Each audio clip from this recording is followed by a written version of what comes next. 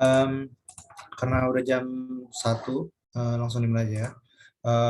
Selamat siang dan selamat datang di Responsi pada hari ini, jam 1, untuk mata kuliah Object Oriented Programming. Pertama-tama, kami mengucapkan terima kasih untuk Ibu dosen yang bersedia untuk menemani kita pada siang hari ini, Ibu Kartika Purwandari. Dan juga teman-teman semua yang udah ada di sini, terima kasih untuk sudah meramaikan acara responsi kami. Em, eh, Kalau Ibu Kartika sudah bersedia untuk memulai, boleh langsung dimulai, Bu. Itu aja openingnya. Terima kasih. Oke, thank you. Selamat siang semuanya ya. Oke, jadi sebelum memasuki UTS-nya UOP pada semester ini ya, kalian dipersiapkan kembali di kelas ini. Ya nanti kalau ada pertanyaan mengenai kisi-kisinya atau misalnya ada yang belum paham mengenai materi yang diajarkan kelas, bisa langsung ditanyakan di kelas responsi ini ya. Oke, sebelumnya saya share dulu mungkin kisi-kisi untuk UTS-nya ya.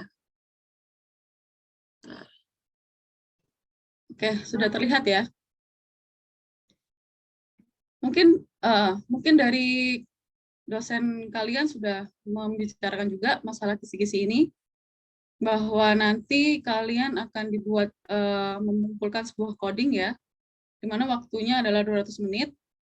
Nah, poin-poin yang harus kalian implementasikan di dalam UTS adalah 7 poin ini. Oke, nanti saya akan review beberapa poin di sini.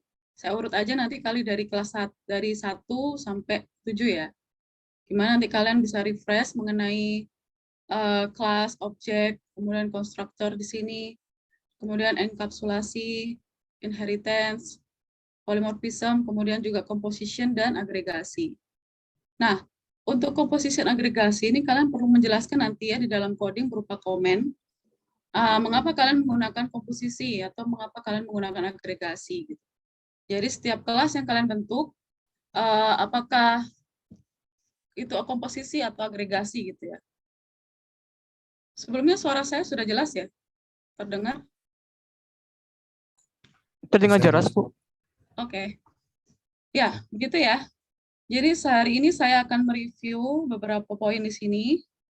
Ya, kalian sudah banyak mempelajarinya di kelas ya. Jadi kalau masih ada yang bingung, nanti saya juga kasihkan studi kasus di sini. Siapa tahu bisa membantu kalian saat UTS nanti, gitu ya. Oke, kalau gitu saya mulai aja ya. Dari yang pertama, saya stop share dulu kali. Saya nggak buka slide ya, saya hanya implementasikan dari website yang sudah ada di sini. Di sini ada W3School di sini ya. Sudah terlihat ya? Nah, beberapa poin-poin tadi, oke, saya akan bahas mulai dari awal review mengenai kenapa kalian ambil OOP ini. Nah, dari kelas Object Oriented Programming, namanya Object Oriented Programming ya, kalian berusahakan dalam sebuah coding kalian membuat sebuah objek dan kelas gitu ya. Berbeda dengan kalian membuat sebuah pemrograman C atau pemrograman yang awal yang kalian pelajari semester sebelumnya. Jadi di OOP ini kalian memfokuskan bagaimana membuat coding berdasarkan objek dan kelasnya. Bagaimana relasi antara objek dan kelas. Gitu. Kemudian kalian tetapkan mana yang kelas. Gitu. Bagaimana relasinya antar kelas. Kemudian objeknya apa aja. Nah, sini sudah terlihat ya. Bahwa perbedaan kelas objek dulu kalian harus memahami. Tuh. Di sini ada kelas. Contohnya ada dua kelas di sini ya, ada fruit dan car di sini. Nah, objeknya kalian bisa tentukan apa aja yang termasuk dalam buah-buahan misalnya. Ada apple, banana, mango gitu ya. Ini hanya review aja ya. Jadi saya cepat aja di reviewnya. Kemudian kelas ada juga kelas car di sini. Ada Volvo, Audi, Toyota misalnya. Oke, gitu. Nah, selanjutnya di sini saya juga terus memberi contoh beberapa coding ya di sini. Jadi saat membuat create a class, kalian tinggal gunakan class keyword gitu ya. Nah, saat kalian membuat coding di Java,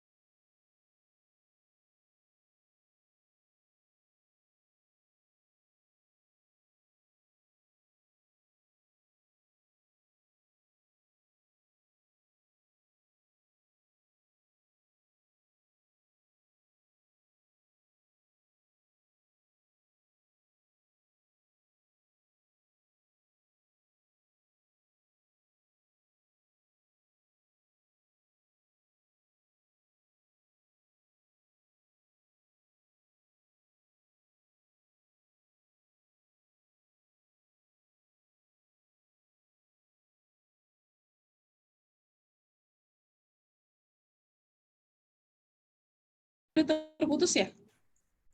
Iya Bu tadi Bu. Tidak sampai di Sejak tadi. mana ya? Masih di yang selanjutnya itu yang kelas itu yang ada code-nya. Oke, bentar. Koneksinya saya kurang stabil karena di rumah ya, nggak di kampus ini. Oke, saya share screen lagi. Oke, udah lancar ya harusnya ya. Nah, dari sini udah tadi ya? Sudah sini? Iya Belum? Bu tadi Atau masih tadi kelas? masih di atas ya kelas. Oke. Oke ya, jadi berarti kalian kalau membuat sebuah kelas, kalian tahu ya create a class itu dari main-nya ya, variable X gitu. Nah, selanjutnya kalau create sebuah objek gitu ya, kalian sudah paham membuat sebuah objek mungkin di lab kalian sudah belajar bagaimana membuat sebuah objek.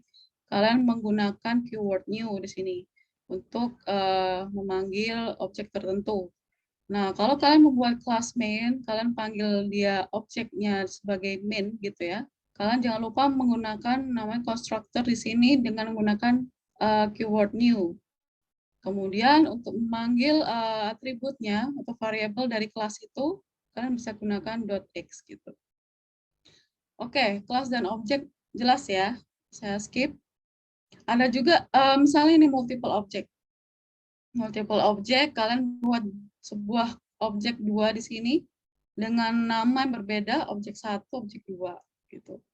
Itu kelas dan objek. Bisa juga kalian membedakan filenya. Nah, di mana ada main ini sebagai objek, dan kemudian ada file baru berupa kelas second, di mana dia akan memanggil objek dari kelas main ini dengan menggunakan constructor juga.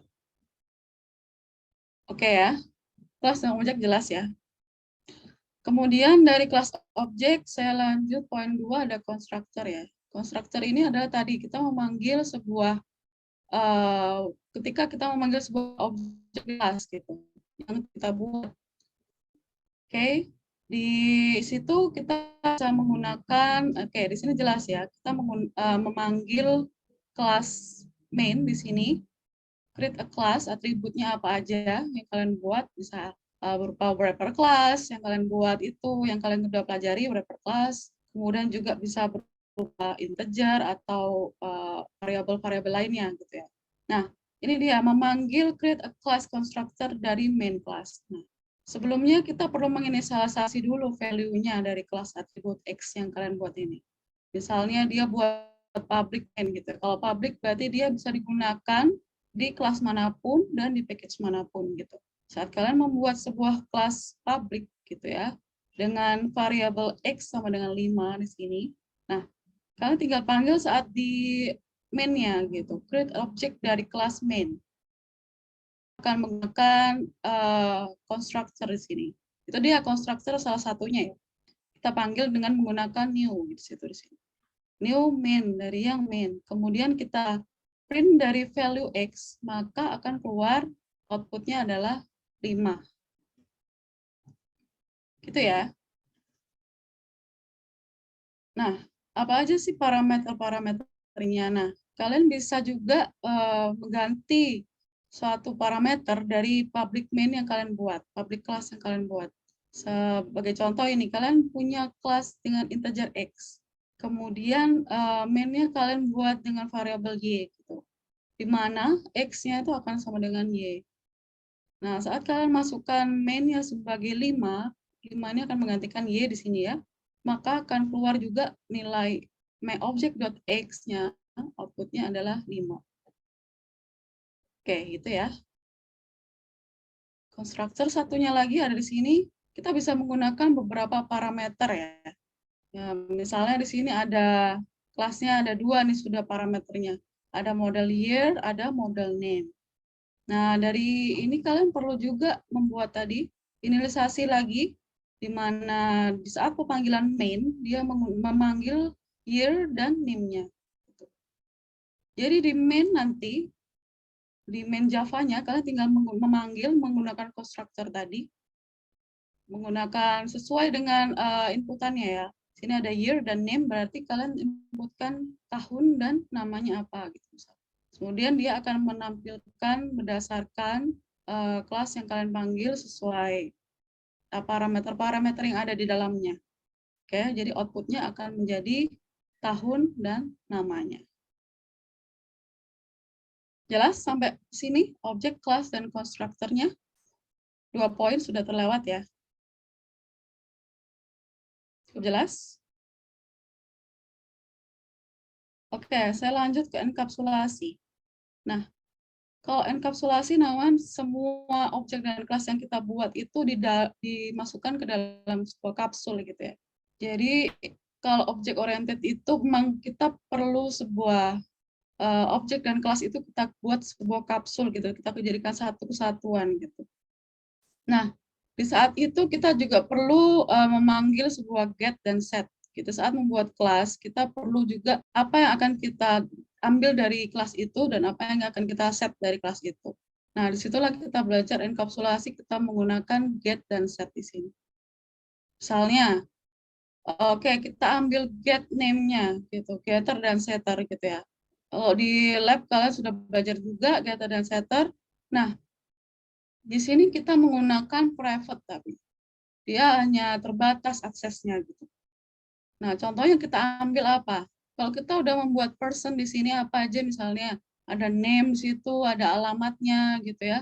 Ada ID KTP-nya gitu. Nah, apa yang kita akan ambil untuk ditampilkan gitu? Kita pakai getter di sini. Di mana kita publikkan setelah kita panggil getter dan setter. Jadi saat kita private, saat membuat parameter, di sini kita bisa parameternya berupa private ya. Tapi waktu getter dan setter kita pakai public. Gitu. Public string get name. Nah, kita akan return dari name. Kemudian saat setter kita menggunakan set name-nya tadi. Kita akan ngeset namanya sesuai dengan yang kita buat tadi. Di saat kita membuat get tadi ya, sesuai dengan nama yang dimaksud tadi. Nah, sebagai contoh ini. Oke, kita coba di sini. Nah, saat di sini kita akan error karena tadi ya, karena berupa private class gitu. Saat kita membuat di sini private, tapi kita di sini ya memanggilnya menggunakan ini konstruktor tadi, itu tidak bisa. Makanya kita harus mendeclare sebuah public class tadi, di mana get dan set tadi. Oke. Nah, sebagai contoh ini, kita harus panggil menggunakan set name. Jadi tidak bisa kita langsung memanggil kelasnya. Di mana kelas tadi kan berupa private parameter ya, name-nya itu private. Tapi saat kita get dan set, kita buat public. Sehingga jadi saat mau memanggil sebuah class person tadi, kita bisa menggunakan tetap konstruktor di dalamnya. Oke. Kemudian kita set name, Tadi kan di kelasnya ada set dan get ya. Nah, kita set name-nya sebagai John gitu. Nah, saat menampilkan, kita tinggal menggunakan yang public satunya di getternya, get name. Makanya saat itu baru bisa muncul output-nya adalah sebagai John. Gitu ya. Jadi kenapa kita perlu enkapsulasi? Jadi nanti poin-poin yang kalian perlukan di UTS, kalian juga perlu enkapsulasi ini. Supaya kita bisa kontrol dari kelas atribut dan metodenya gitu. Kita tahu mana yang perlu kita set, mana yang perlu kita get datanya gitu. Oke, itu juga bisa meningkatkan sekuritas data kalian. Jadi kalian misalnya membuat variabel parameter tadi private, tidak bisa kan keluar dari kelas yang lain, tapi kita bisa panggil menggunakan public get dan setternya tadi. Oke, enkapsulasi itu ya, dari kelas, objek, kemudian ada atribut, constructor, kemudian masuk enkapsulasi itu tadi, menggunakan getter dan setter tadi. Oke, 3 poin sudah ya. Nah, setelah kita tahu bagaimana membuat kelas dan objek tadi, kita perlu masuk ke inheritance sekarang.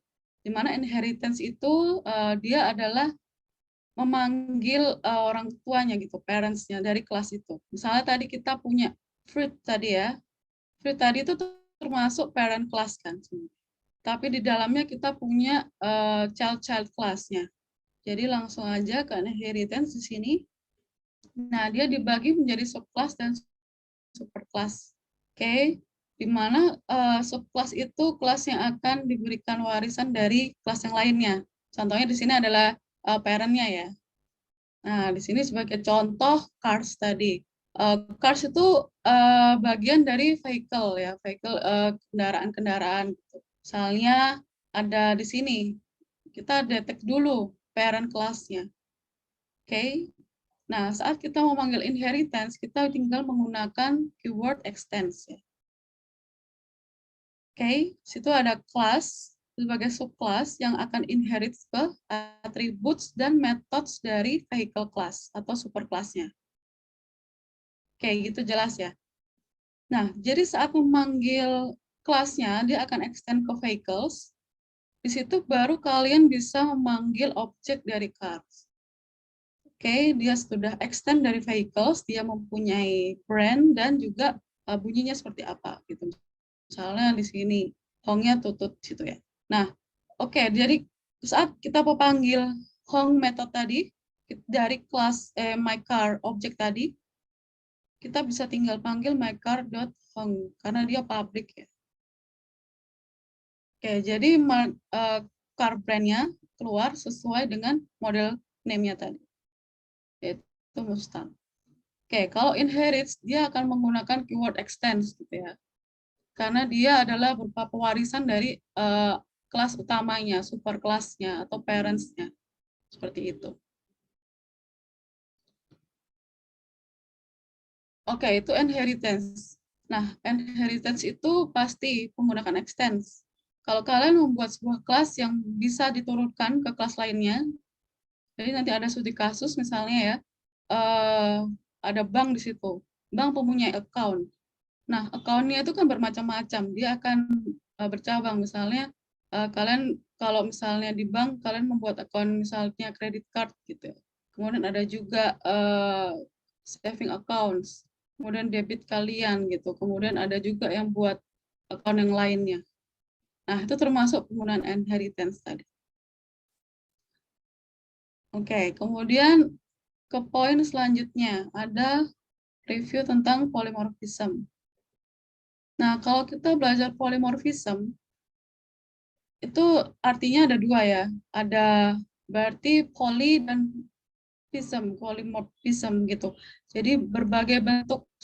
Nah, saat kita inheritance tadi, kita bisa inherit atribut dan metodenya dengan berbagai penyebutan. Misalnya gitulah, ibaratnya. Nah, ibaratnya ini, ada animal, dia akan pig dan dog, dia akan extend dari animal. di mana semua animal dia pasti punya animal sound, ya kan? Tuh, misalnya misalnya apalagi semua bookstores dia pasti punya jadwal pinjaman gitu. Jadi kalian buat sesuatu yang publik dulu gitu di dalamnya. Nah, saat kalian extends menggunakan inheritance, kalian akan panggil juga animal sound. Karena setiap hewan mempunyai animal sound yang berbeda-beda kan. Kalian bisa panggil animal sound yang kalian sudah buat di parent class dan kalian panggil di inherits-nya, di parents-nya, di child-nya, maka itu akan disebut sebagai polymorphism gitu. Jadi jika kalian akan menggunakan berbagai bentuk tadi, itu sudah menerapkan polymorphism. Kalau di poin UTS kalian sudah bisa menerapkan itu, pasti akan ada nilai poinnya gitu ya. Dan juga nih duck dia punya animal sound yang berbeda. Oke. Polymorphism ada lagi misalnya di sini yang lengkapnya nih. Dia di main dia akan panggil sesuai dengan extension masing-masing ya. Jadi dia setelah create object animal yang besar ini yang parent class, kemudian create yang child-nya, pick object-nya di sini, kemudian juga create duck object. Nah, sebenarnya ini udah komplit ya kalau kalian dari poin tadi. Poin 1 objek dan kelas sudah ada. Kemudian poin kedua konstruktor. Konstruktornya udah ada. Dan kalian menggunakan inheritance di situ. Enkapsulasi. Sudah ada extends. Kemudian ada juga polymorphism. Nah, polymorphismnya di mana? Di method animal sound. Itu studi kasus kalau kita tentang animal ya, gitu. Oke, polymorphism jelas ya. Jadi dari membuat sebuah coding ini yang lengkap ini dari atas sampai bawah kalian sudah menerapkan berapa poin tadi? 5 poin ya. Kalian sudah menggunakan poin 1, poin 2, poin 3, ada inheritance dan polymorphism. Nah, selanjutnya komposisi agregasi. Kalau komposisi agregasi sebenarnya itu kan relasi antar kelas. Nah, misalnya ini berarti kelasnya nggak hanya satu, kelasnya nggak hanya animal. Misalnya kelasnya dia ditambahkan dengan food-nya gitu. Animal pasti makan sesuatu gitu dan misalnya dia berinteraksi. Gimana cara berinteraksi dengan manusia? Kalian misalnya bisa buat interaction-nya, bisa kemudian ada 3 kelas. Jadi kalau sudah menerapkan beberapa kelas di dalamnya. Nah, mana yang agregasi, mana yang komposisi. Oke, saya jelaskan lagi di sini. Oke. Nah, sebelumnya kalian perlu ingat dulu tentang asosiasi ya. Review tentang asosiasi bahwa asosiasi itu ada relasi antar kelas.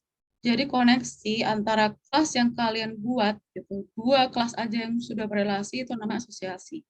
Dan relasinya berbeda-beda. Kalian bisa cantumkan juga misalnya nanti di komen code-nya kalian buat komennya itu relasi one to one atau one to many gitu ya. Dan juga many to one atau many to many.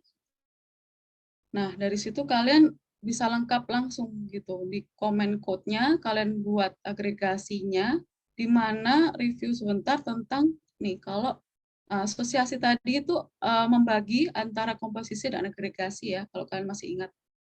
Itu adalah partisi dari asosiasi kalau kalian belajar komposisi dan agregasi.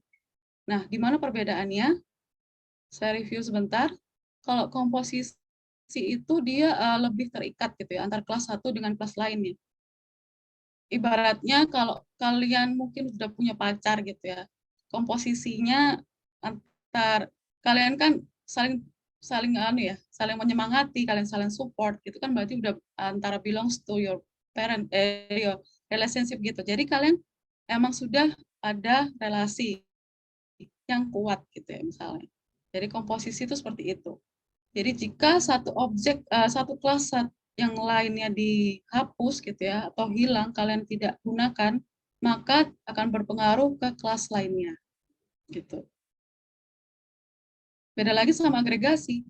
Nah, kalau agregasi, antara kelas satunya dan kelas lainnya tidak terlalu berhubungan gitu. Cuma hanya relasi has a relationship. Jadi dia mempunyai bagian dari kelas lainnya. Jadi saat kelas satunya dihapus, kelas lainnya masih bisa survive gitu ya, secara individual. Nah, misalnya ada contoh apa ya? Misalnya contohnya kalau kalian tadi kalau yang komposisi ya, misalnya eh, sebuah mobil memerlukan mesin gitu pasti ya kan. Kalau mesinnya nggak ada, mobil itu tidak akan berjalan misalnya gitu. Nah kalau agregasi misalnya sekolah dengan muridnya gitu. Kalau muridnya tidak ada daftar di sekolah itu, tapi tetap kan sekolah itu akan ada. Gitu. Misalnya gitu. Kalian perlu relasi antar kelas kalian itu kalian hubungkan dulu. Mana sebenarnya itu agregasi atau komposisi. Nah, kalian tinggal buat komen nanti di codingnya. Oke, itu sudah poin ke mana? Poin ke-6 ya, reviewnya. Kemudian ada array list dan vektor. Atau ya, jadi kalian bisa menggunakan array list atau vektor nanti dalamnya. Nah, array list sendiri itu kalian udah paham pasti ya, kalau membuat sebuah array list berarti kalian akan menampung beberapa objek di dalamnya ya. Seperti contoh ini ada dia membuat sebuah array list dari objek cars gitu. Nah, di mana dia akan menyimpan semua yang berhubungan dengan kelas objek cars tadi. Nah, metode-metodenya ada berbagai macam. Ada add items, ada access item, kalian bisa gunakan get di sini. Kemudian change item, kalian bisa gunakan set. Hafal ya, release itu apa aja. Terus kemudian remove an item, kalian akan remove dari itemnya. Kemudian size-nya kalian buat juga dari menggunakan size. Kalian juga bisa menggunakan looping dari release kalian. Nah, di sini akan menampilkan apa aja, berarti akan menampilkan semua yang ada di release kalian buat ini setelah kalian add. Nah, saat looping akan mengeluarkan sesuai apa yang kalian add di dalamnya. Tuh. Nah, bisa juga supaya lebih gampang kalian menggunakan for each loop ya. Jadi di release bisa menggunakan for dalamnya dan juga bisa menggunakan for each loop. Oke, di sini misalnya juga kalau di release kalian jangan lupa menggunakan suatu wrapper class kalau kalian mau menggunakan integer atau misalnya char atau boolean ya. Jadi kalau string dia pasti berupa wrapper ya. Kalau integer kalian harus menggunakan integer yang wrapper class gitu. Jangan lupa juga tentang itu ya, supaya kalian bisa tidak menemukan error gitu dalam kode kalian. Ada juga sorting gitu. Kalau mau sort, kalian tinggal menggunakan dot sort di sini. Oke, itu release. Oke, review poin-poin sudah saya sebutkan semua. Kira-kira ada yang mau ditanyakan dulu sebelum saya masuk ke studi kasus? Jelas ya, masih ya? Masih aman ya, berarti kalau kalian sudah mereview beberapa poin-poin ini, ada class object, constructor, enkapsulasi, gimana menggunakan inheritance, polymorphism, kemudian komposisi, agregasi, dan terakhir array list. Oke, itu poinnya. Jelas ya? Oke, mungkin selanjutnya saya masuk ke studi kasus ya. Bentar. Saya siapkan dulu filenya.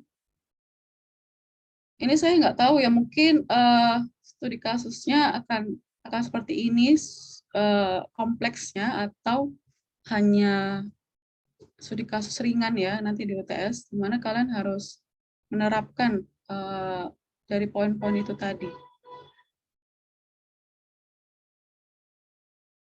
Oke.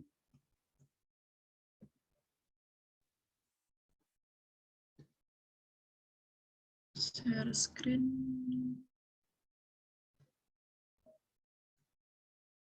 Oke, sudah terlihat ya. Nah, di sini saya berikan studi kasus contoh ya. Ada sebuah bank di sini. Nah, dari bank itu pasti ada account ya. Jadi dari setiap soal nanti kalian tentukan dulu mana yang kira-kira menjadi objek gitu. Ini trik dari saya misalnya. Kalau ada bank, kalian situ objeknya ada apa aja? Ada bank accounts-nya. Dan mungkin setiap bank itu ada cabangnya ya. Cabang di setiap bank itu.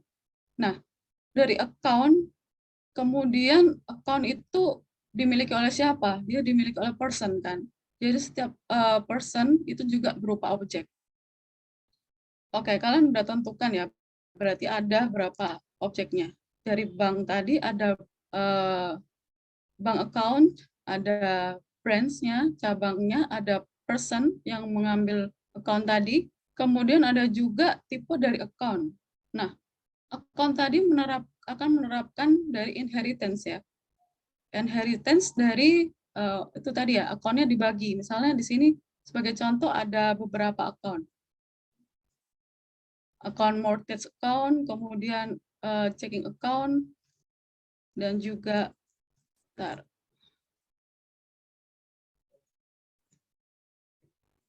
hmm,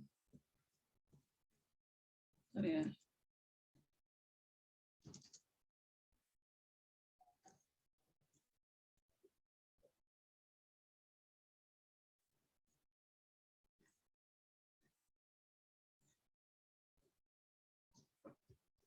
Bentar.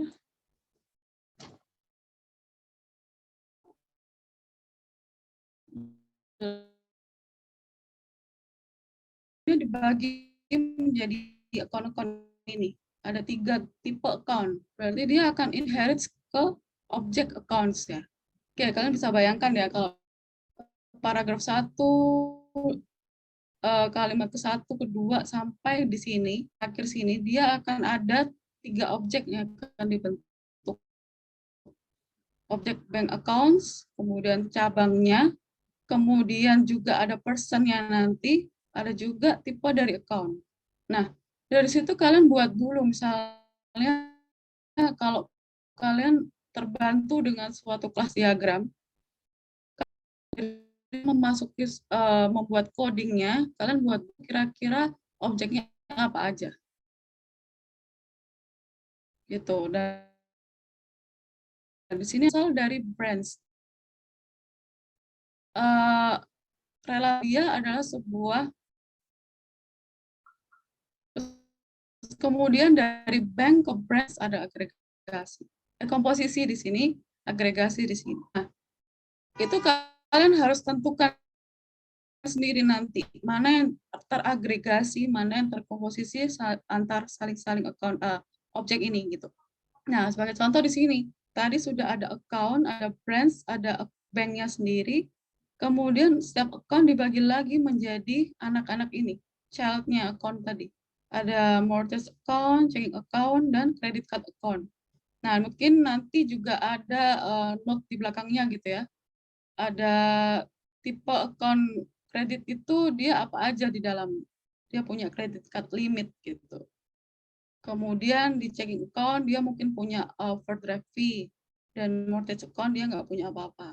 Misalnya, ini hanya studi kasus yang saya buat gitu ya, supaya kalian terbayang gitu nanti mungkin soalnya akan seperti ini. Oke, dari sini kemudian ada juga nih possible have joint account. Oke, nanti soal UTS-nya juga in English ya, jadi kalian harus tahu juga bagaimana relasi juga ya antar objek ini dari pengertian bahasa Inggris kalian ya. Gitu. Jadi kalau misalnya in English kalian harus juga paham. Syukur-syukur kalau bahasa Indonesia saya nggak tahu. Nah, setelah itu join account. Jadi setiap account ini dia punya klien dong pasti. Nah, klien ini bisa satu, kedua. Bisa one, bisa two. Bisa husband dan wife gitu. Dan bisa satu keluarga lah ibaratnya. Nah, setiap account itu dia punya account type sendiri-sendiri. Nah, ini kalau saya buat di sini account type ada di sini karena dia bagian dari account ya. Dia akan di privilege-nya dia macam-macam. Dia bisa interest rate-nya setiap bulan fee-nya berapa, kemudian privilege-nya bagaimana. Nah, saat ada kalimat kemudian selanjutnya ada bank ini dibagi menjadi divisi dan subdivisi. Nah, itu berarti dia akan terbagi dari branch setiap cabang ya. Jadi setiap cabang dia akan dibagi subdivisinya gitu. Jadi di sini saya ada buat kelas organizational unit gitu dari setiap masing-masing cabang. Oke, dia dibagi dari divisi, subdivision, dan divisi. Nah, akan tersambung juga ke employee kan pasti. Jadi setiap branch dia punya subdivisi, ada consumer, ada juga employee yang lain. Makanya dia akan ada lagi person di sini, person employee. Oke, person employee dia terbagi dari organizational unit tadi, di mana akan inherit juga dari person. Karena setiap account tadi juga akan terhubung dengan klien tadi. Klien akan berhubung dengan pasti kalian kalau ke bank, kalian berhubungan dengan consumer service-nya mungkin, kemudian juga bagian yang klaim, bagian yang kalian mau cetak rekening gitu ya, kalian berhubungan semua dengan staff-staff gitu, personal banker kalian. Nah, makanya setiap klien terhubung dengan employee, dia akan inherit dari person. Gitu. Kalau kalian terbayang ya dari soal cerita kasus ini. Kira-kira seperti itu. Terbayang kalian ya, mungkin ada yang ditanyakan dulu dari studi kasus ini sebenarnya sebenarnya nggak atau kalian mau ngasih saran sebenarnya diagramnya nggak, atau kalian mau bayangan misalnya harusnya ini nggak agregasi, ini nggak komposisi. Kalian harus tentukan gitu ya. Apalagi nanti di UTS kalian kerja sendiri-sendiri, kalian bisa berargumen di situ. Nah, sesuai dengan pemikiran kalian, kira-kira kelas ini teragregasi atau berhubungannya komposisi. Ini berarti komplit ya, semua poin tadi sudah ada. Agregasi atau komposisinya udah ada, release nanti kalian tampilkan di dalam codingnya, kemudian inherit sudah ada, polymorphism itu juga akan keluar di codingnya nanti, tidak tampil di sini. Dan juga class object sudah kelihatan bahwa sini ada kelas dan objek masing-masing ini dengan atribut dan metodenya masing-masing. Terlihat ya, udah ya? Jelas ya? Ya, ini contoh studi kasus. Saya nggak tahu nanti di UTS akan seperti apa. Kalau saya akan membuat dulu bagaimana relasinya, supaya saya gampang saat mengeksplor di codingnya. Nah, setelah itu, setelah studi kasus kalian baca dengan teliti gitu ya, setelah itu kemudian kalian buat kelas relasinya, dan juga bagaimana hubungan antar kelasnya, mana yang akan inherit ke kelas lainnya. Gitu. Nah, kemudian saya contohkan hanya beberapa coding ya di sini tentang tadi bank account itu. Screen 1. Oke, terlihat ya. Nah, ini sebagai contoh aja. Saya hanya mencontohkan yang inherit tadi. Mana di sini, nah, kelas tadi pasti akan terbentuk sebuah kelas dong. Nah, kalau kalian sudah membuat kelas relasi tadi, kalian akan membuat sebuah kelas .java juga otomatis langsung di coding kalian gitu. Oke, di sini tadi account-nya akan terbagi ya. Dari account, dia akan mempunyai fitur metode dan atribut ini. Gitu. Misalnya, tadi ada balance-nya berapa, kemudian account number-nya berapa. Nah, ini tadi ya, jangan lupa ini sebuah pemanggilan tadi, inisialisasinya gitu. Kalau kalian membuat sebuah kelas gitu, nah kemudian inisialisasikan accounts tadi, di mana dia punya balance, punya account number, dan interest rate rate-nya setiap accounts. Kemudian get set tadi ya sudah saya jelaskan, saya gunakan juga di sini get set-nya berdasarkan account number gitu. Kemudian get set berdasarkan balance-nya. Dan juga get set berdasarkan interest rate-nya. Oke, itu misalnya kalian udah komplit ya, tadi udah review ya. Nah, setelah itu yang lain-lain ini adalah kalian buat kreativitas sendiri. Misalnya di kredit itu kalian bisa tambah, misalnya kalau kurang dari amount itu kalian bisa tambahkan kreditnya, balance-nya ditambahkan. Kemudian jika ada debit di situ, kemudian juga setiap account akan ditampilkan informasi-informasinya. Sebagai contoh. Nah, kemudian account tadi inherit kemana? Akan inherit ke 3 account ya, 3 tipe account. Ada checking account, ada credit card, sama mortgage account. Mungkin ini penamaannya aja ya. Mungkin ada juga nanti saving accounts, ada juga kredit pasti credit card account, ada saving accounts, ada checking account pasti ya kalau mungkin di account bank-bank yang lain seperti itu juga. Nah, saat inherit tadi gimana? Nah, dia akan extend ya dari account gitu. Kalian udah bisa terapkan sini inheritance-nya di sini. Jangan lupa inisialisasi juga di sini. Checking account kira-kira apa aja yang mau di dalamnya. Dia akan panggil balance-nya, rate-nya, account number, dan juga fitur tambahannya ada overdraft fee tadi. Kemudian lakukan get set tadi ya, enkapsulasi. Oke, poin enkapsulasi pasti akan kalian terapkan juga otomatis di dalam coding inheritance ini. Oke, enkapsulasi di sini ada. Kemudian ini yang lain-lain ini adalah yang lain ya, misalnya kalian tadi seperti saya bilang kreativitas kalian, misalnya bagaimana sebenarnya kalau checking account itu sih, gitu. Kalian bisa buat apa aja di sini yang akan terpublik gitu ya. Oke, kalau kita lihat di account tadi ya, dia ada nih abstrak yang akan overridden ke subclass. Kalian tahu udah belajar abstract interface ya harusnya.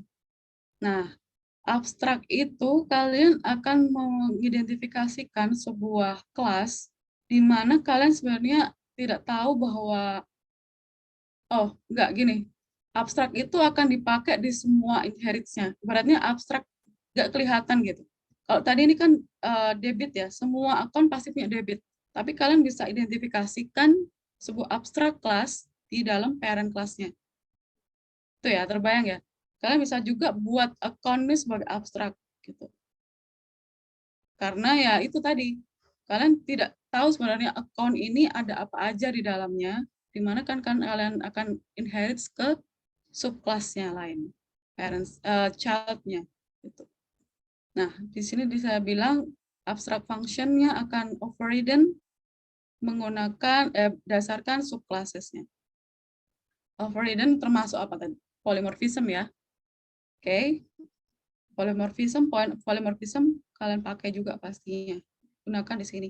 Nah, kalau di checking account kita lihat di sini akan dipanggil juga public debit-nya. Nah, di sini jelaskan debit method dari account. Ini merupakan abstract method yang kita sudah buat di account ya. Sorry, ini account superclass. Oke. Dan juga di sini juga ada apply interest tadi. Nah, apply interest kita lihat di accounts dia sudah juga ada public void apply interest. Jadi mungkin dia membuat abstrak di sini karena akan dipakai di subclass semua subclass. Checking account, kemudian di credit card account, sini juga ada debit dan apply interest. Ini pasti overridden ya. Terus komen override ke kelas superclassnya. Nah, ini juga termasuk yang atas ini juga override dari superclassnya. Oke ya, polymorphism ya di sini. Kalian bisa terapkan ke poin polymorphismnya. polymorphism tadi. Oke, poin polymorphism ada di sini. Inherits-nya udah ada tadi, kelas objek pasti. Kemudian enkapsulasi ada di kelas count, getter setter. Kemudian ada release. Release mungkin kalian akan gunakan di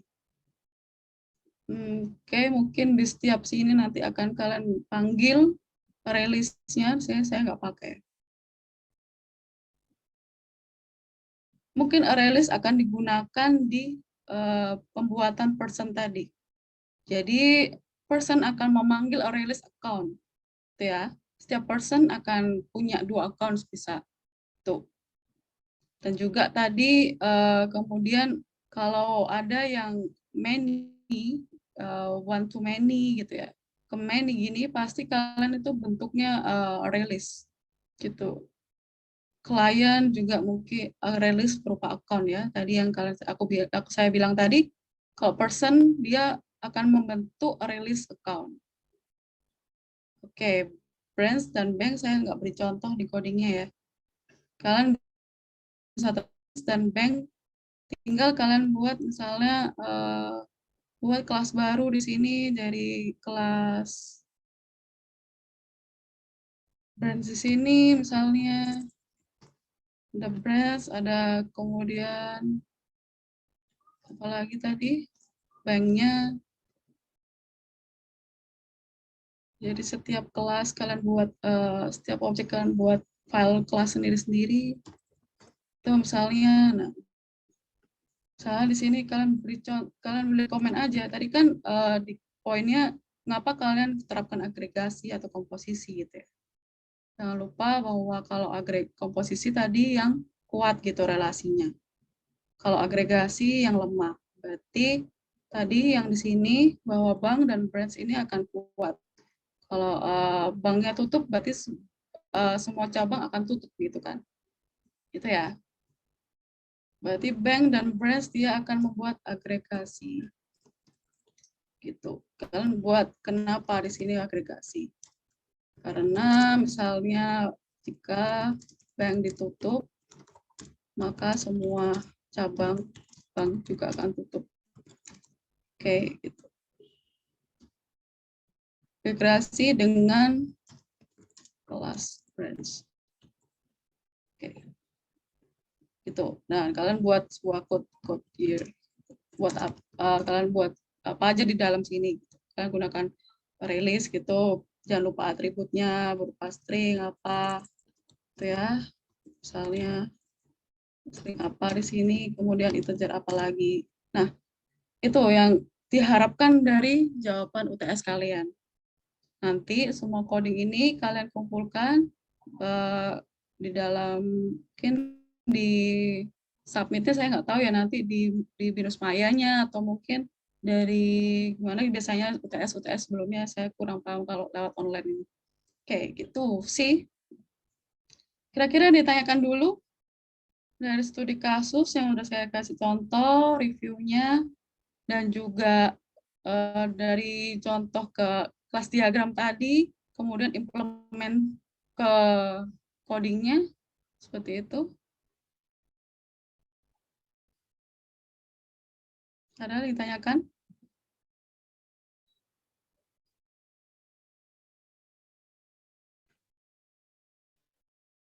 Jelas ya?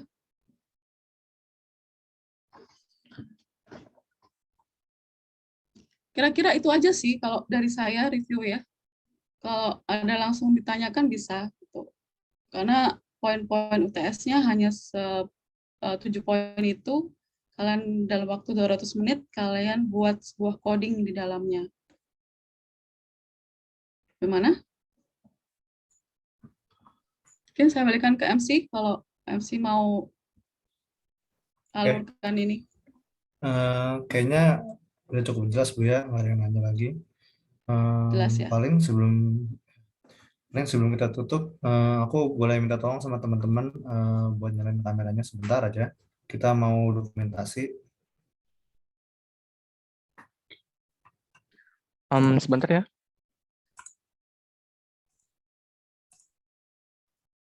Tolong Bu Kartika berhentikan share screen. Oh, oke, stop share. Ya, Oke. oke. Terima kasih Bu. Ayo teman-teman buka kameranya biar saya bisa buka dokumentasi.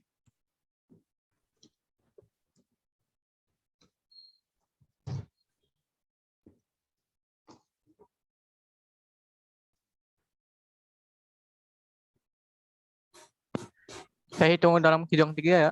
Hitungan ketiga ya. 1, 2, 3. Baik, terima kasih teman-teman. Oke, mungkin itu aja untuk respons kali ini. Semoga bermanfaat buat teman-teman semua. Terima kasih juga buat Bu Kartika buat waktunya siang ini. Yang ya paling itu aja, udah boleh meninggalkan Zoom. Terima kasih. Oke, good luck semua buat tesnya ya. Terima kasih Bu, terima kasih Thank teman-teman. you.